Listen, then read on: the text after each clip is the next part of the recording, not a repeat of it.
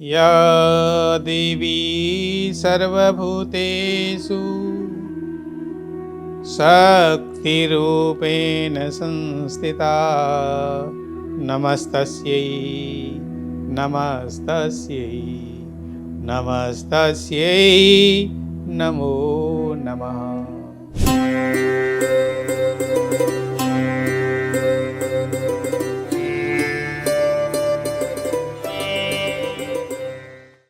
ज्योतिष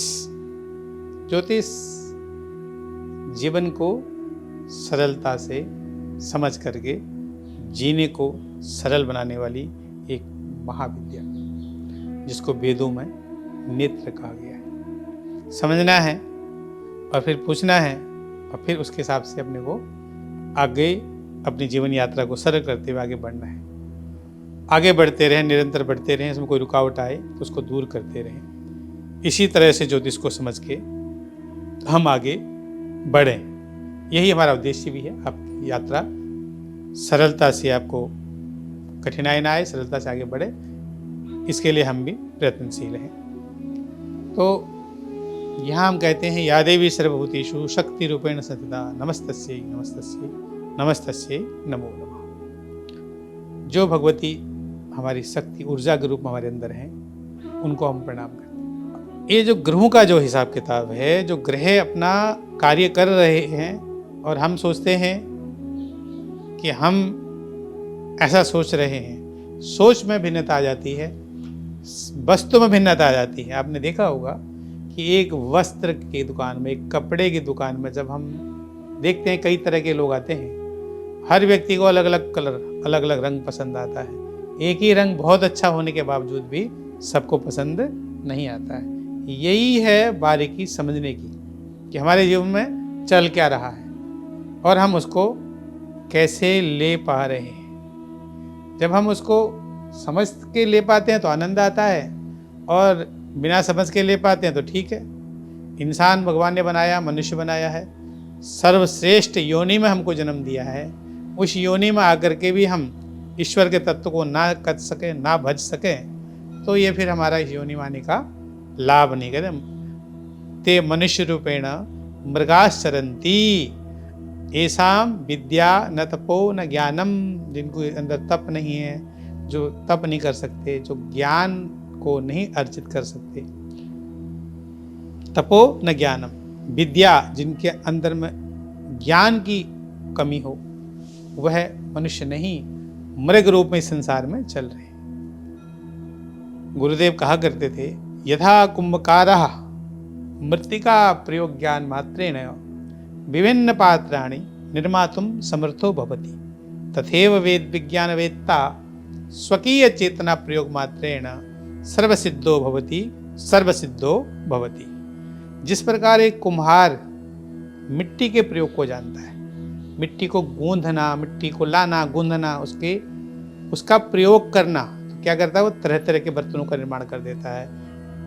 सुंदर सा दिए से लेकर के, कुल्हड़ से लेकर के, मटका, घड़ा, अन्य चीजें बना दे, क्योंकि वो क्या जानता है, उस मिट्टी के प्रयोग को जानता है। इसी प्रकार वेद विज्ञान वेत्ता, जो वेद की विधि को जान जाए, जो सनातन की परंपरा को समझ जाए, स्वकीय चेतना प्रयोग मात्रेण, अपनी चेतना के प्रयोग से, अपनी बुद्धि के प्रयोग से वह सर्वसमर्थ हो सकता है।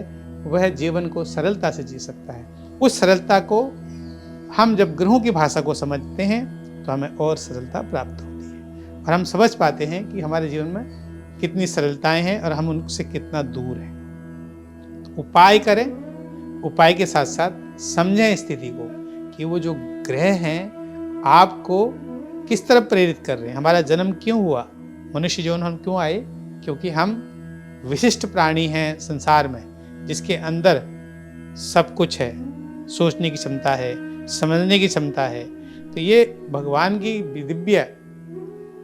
दिव्य अनुकृति है। उस दिव्य अनुकृति को, उस दिव्य जन्म के स्थिति को हम समझ के चलें तो आनंद ही आनंद है। तो सूर्य आत्मा, चंद्रमा मन, मंगल रक्त भाई बहन, बुध बुआ दीदी, जो ये रिश्ते हैं, मौसी, ये रिश्ते कहाँ से आते हैं? बुध से स्टार्ट होते हैं। गुरु बृहस्पति क्या है? गुरु ग्रह, यानी कि अपने जो हम जिनसे हम ज्ञान लेते हैं गुरुजन, वो किसके उसमें आ जाते हैं? गुरु के। शुक्र, शुक्र मतलब स्त्री, स्त्री है तो पति, शुक्र स्त्री का कारक हो जाता है, पत्नी का कारक शुक्र। शनि और राहु सेवक, सेवक कौन?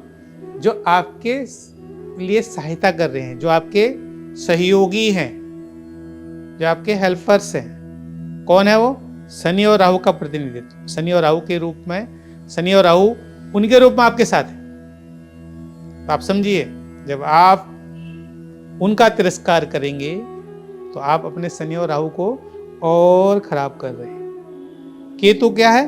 पुत्र का कारक। कहते हैं केतुम करोति कुलस्य उन्नति। केतु कुल की उन्नति को करता है, यानी कुल की उन्नति कैसे होती है? संतान के रूप में। उसका कारक कौन हो गया? केतु। तो इसी प्रकार जीवन में इनका प्रभाव पड़ता है, समझना है हमको। और जब हम उस चीज को समझ जाते हैं कि कहाँ पर किस स्थिति से हमारी जीवन में क्या कमी हो रही है, तो तभी तो हम उसको दूर करेंगे ना। ऐसे ही हम मनमाने तरीके से चलेंगे, मनमाने तरीके से हम भोजन करेंगे, मनमाने समय पर हम अपना जीवन यापन करेंगे, मनमाने समय में हम सोएंगे और उठेंगे, तो हमारा जीवन हमेशा अस्त व्यस्त ही रहेगा। और ज्योतिष इस अस्त व्यस्तता को दूर करके व्यवस्थित जीवन जीने को आसान बनाने वाली महाविद्या है।